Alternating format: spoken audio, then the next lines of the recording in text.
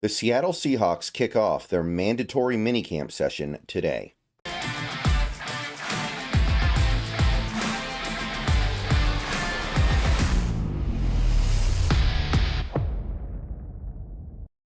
What's going on, everybody? Good morning. Happy Tuesday. Hope you guys are doing well.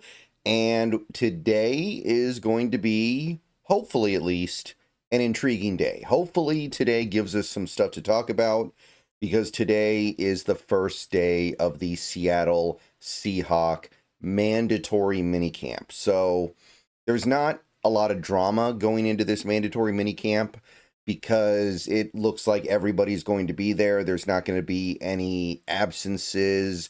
Maybe there will be one or two excused absences where a player just says, hey, I can't be there. I got to do this or I got to do that. And the team decides they're okay with it. Like, hypothetically, if a player like a Jonathan Hankins wanted to call out, I don't think the team would mind that much as long as he has a good reason. But there's no drama in terms of like an unexcused absence, like, oh, we got Aaron Rodgers and he's not going to show up because he wants to go to his retreat in the middle of the desert. There's not going to be any kind of Jalen Ramsey situation where Ramsey's not going to be at his mandatory minicamp in Miami because he anticipates he's going to get traded anytime now. So we don't really have to think about any of that.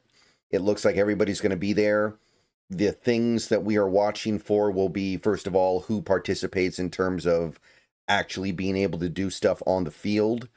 Obviously, we do have some injuries like pretty much every other team out there. Going to be interesting to see who actually gets out there for us. What is Ken Walker going to do? What is Ernest Jones going to look like? A couple other players as well working their way back from various injuries, like Nwosu could be interesting. And then after that, we just basically have to wait and see who stands out in a positive way. Maybe some guys will stand out in a more negative way. And how are we going to feel coming out of this? So, of course, I'll be talking about anything that we hear about from this minicamp. It starts today. By the time this video is uploaded, it's probably technically already gotten underway over at the VMAC. And the entire minicamp is open to the media, I believe. So there should be no shortage of information. So it should be a fun couple of days. Although I will say emphasis on a couple of days, because per Corbin Smith and a couple other people, Tuesday and Wednesday are going to be our only days. The third practice, which would normally take place on Thursday, has been canceled as of yesterday afternoon. So this is obviously coming on the tails, or coming on the after the news that they would be canceling a whole week of OTAs. So now, after cutting down on the OTA sessions by 33%, they're cutting down on the minicamp by 33%. And I see some people expressing some concern about that. I see some people not so happy about that. I will say that we are implementing a new offense this year. We have a new quarterback. We have mostly new receivers. We have 11 rookies. I do wonder if at a certain point you push it too far. We know that there's already a limit on practices and training camp sessions in the CBA anyway, right? This isn't the old days where you would have 2-a-days.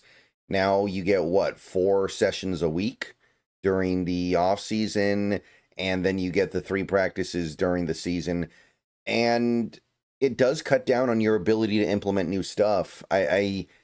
I'm not saying that those people who are maybe a little bit anxious about all these canceled practices are completely off base. I don't think one practice session is necessarily going to make a difference. Maybe 4 does, though, right? Because now you have 3 OTAs, and then you have the 1 mandatory minicamp day. Again, what I would say is that this is a relatively common practice, and it's a way coaches can reward players for looking good and performing well. And it's also a way of acknowledging the fact that they feel like they're on track. And I don't think Carroll shied away from doing stuff like this. I don't remember as well because, with each year that's gone by, especially recently, I've been looking at stuff like this more and more, but I'm sure that he did. I assume that someone like a Pete Carroll would be doing that kind of stuff constantly. So I'm not too worried about it if we get to the season and then things don't look right. Maybe this is something we look back on. But remember, this is not the end of the line here. We've got training camp in late July, and then you have all the stuff happening during the preseason and leading into the regular season. So it's not like there's nothing left this offseason.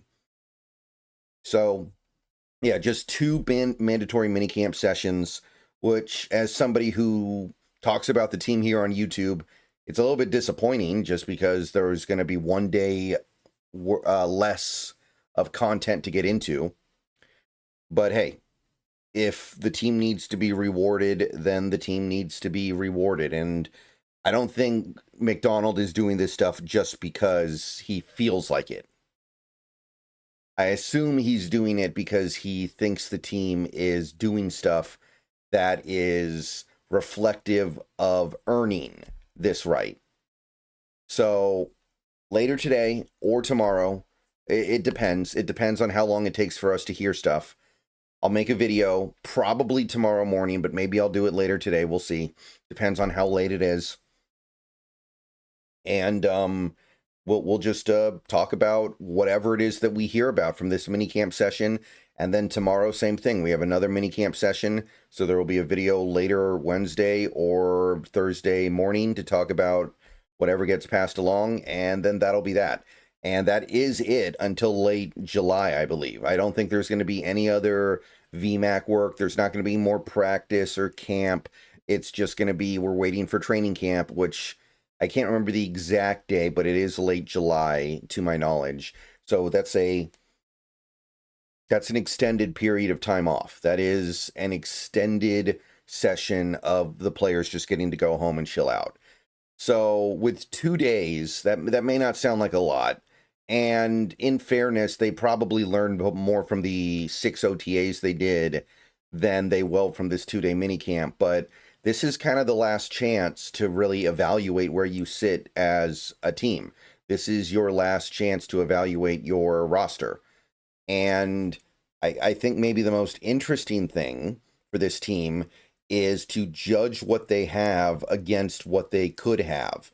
Because I've already made a couple of videos talking about some of the available players, the cornerbacks, the nose tackles, and there are other positions you could consider playing add-on at. Couple of things happened over the last day or so. We had 2 veteran defensive players released by their teams. These are 2 players that have a very positive reputation in the league. These are 2 players that are known for being good, important, valuable parts of good defenses.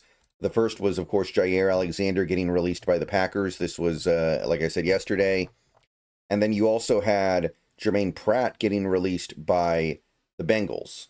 So we're post June 1st now. So these releases are less damaging to their teams in terms of salary cap and also the compensatory pick calculations. So you're going to see maybe 1 or 2 other players like this get released around the league. But these 2, I mean, I don't know if the Seahawks are thinking about this, but the next 2 days could be instrumental in them figuring out if they want to get involved in signing one of these 2 players. So that'll be worth watching. Like over the next couple days, if they're looking at Josh Joby and they don't really like what they see that much, because you've got right now Witherspoon, you've got Woolen, and then Emin supposedly starting at nickel.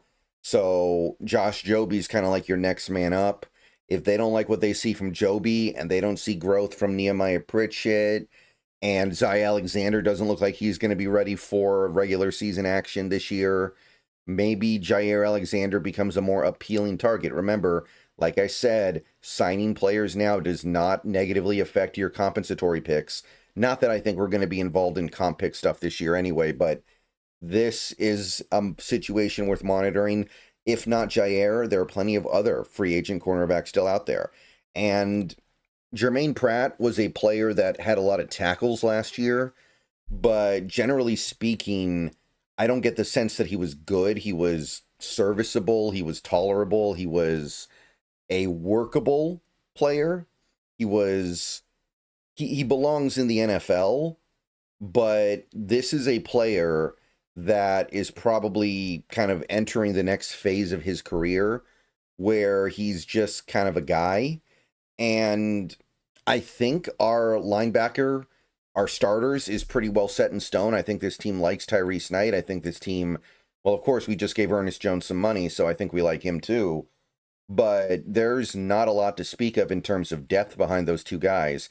So if Jermaine Pratt is willing to be the first man off the bench, and if the Seahawks are looking at this and going, we want something better than Drake Thomas, maybe there's something here. It's hard to know what Jermaine Pratt's going to be thinking right now because, like I said, and like this tweet says from Pelissaro, he was top 10 in tackles last year, but I don't think that makes him a good player. I think he was mediocre last year, as near as I can tell. I don't watch every Bengals game. So is he willing to take a backup role? Is he willing to kind of just sit and play special teams and wait for his opportunity if it happens? Ernest Jones not the sturdiest player in the universe with his knee, so it's not like he would never get to play, I don't think. But